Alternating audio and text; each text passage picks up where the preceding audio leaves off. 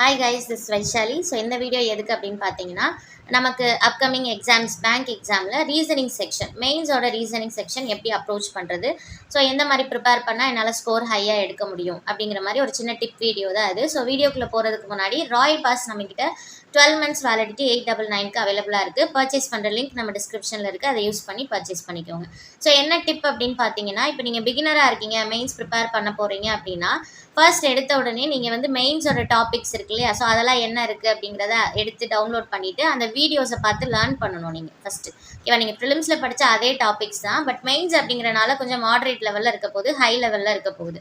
அப்போ நீங்கள் அந்த ஹை லெவல் சம்ஸ் அந்த மாடரேட் லெவல் சம்ஸ் எப்படி சால்வ் பண்ணணும், எப்படி அப்ரோச் பண்ணணும்னு சொல்லிட்டு நீங்கள் வீடியோஸ் பார்த்து ஃபர்ஸ்ட் லேர்ன் பண்ணுங்கள். நம்ம ராயல் பாஸில் நிறைய வீடியோஸ் இருக்குது, நம்ம சேனல்லையும் லைவாக மெயின்ஸ் கொஸ்டின் சால்வ் பண்ணியிருக்கோம். ஸோ அதெல்லாம் பார்த்து லேர்ன் பண்ணிக்கோங்க. ஸோ லேர்ன் பண்ணிவிட்டு நீங்கள் லேர்ன் பண்ணதை வந்து எக்ஸிக்யூட் பண்ணணும். எப்படி பண்ணணும்னா பிடிஎஃப்ஸ் கொஞ்சம் டவுன்லோட் பண்ணி ஃபஸ்ட்டு நார்மலாக சால்வ் பண்ணி பாருங்கள்.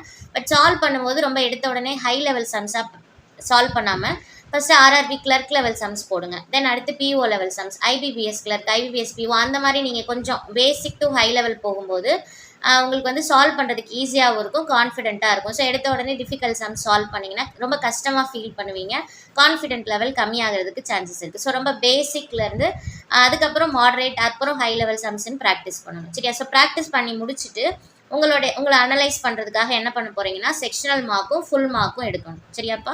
தென் இப்போ பேட்டர்ன் கொஞ்சம் சேஞ்ச் ஆயிருக்கு. என்ன பண்ணியிருக்காங்கன்னா லாஸ்ட் இயர் ஐபிபிஎஸ் கிளர்க்கில் 1 mark 2 mark செக்ஷன் ஸ்ப்ளிட் பண்ணியிருக்காங்க.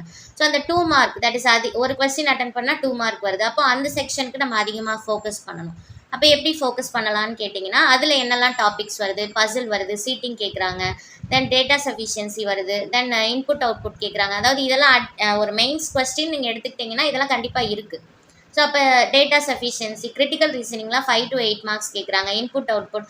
ஸோ ரெகுலராக கண்டிப்பாக ஷோராக வரக்கூடிய இந்த மாதிரி ஹை வெயிட்டேஜ் இருக்கிற டாபிக்ஸ்க்கு கொஞ்சம் தனியாக ஃபோக்கஸ் பண்ணணும்.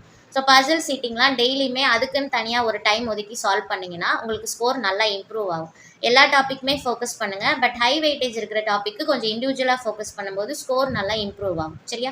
ஸோ வீடியோஸ் பார்த்து லேர்ன் பண்ணிக்கோங்கயா. தென் அடுத்து நீங்கள் லேர்ன் பண்ணதை வந்து நீங்கள் சால்வ் பண்ணி பாருங்கள். ப்ரீவியஸ் இயர் கொஸ்டின்லாம் எடுத்து பார்த்தீங்கன்னா எப்படி ட்ரெண்ட் இருக்குது, என்ன மாதிரி ட்ரெண்ட் சேஞ்ச் ஆகுது அப்படிங்கிறத தெரிஞ்சுக்க முடியும். தென் நீங்கள் செக்ஷனல் மார்க்காகவும் ஃபுல் மார்க்காகவும் சால்வ் பண்ணி அனலைஸ் பண்ணணும். தென் ரொம்ப வெயிட்டேஜ் இருக்கிற டாப்பிக்கு தனியாக ஃபோக்கஸ் பண்ணணும். சரியா?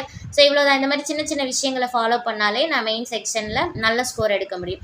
ஸோ ஏற்கனவே ப்ரிப்பரேஷனில் இருக்கிற ஸ்டூடெண்ட்ஸ் வந்து லாஸ்ட் இயர் என்ன மிஸ்டேக் பண்ணோம் அப்படிங்கிறத கரெக்ட் பண்ணிவிட்டு இந்த இயர் அட்டன் பண்ணிங்கன்னா கண்டிப்பாக எல்லாருமே ரீசனிங் மெயின் செக்ஷனில் நல்ல ஸ்கோரோட கிளியர் பண்ண முடியும். தேங்க்யூ.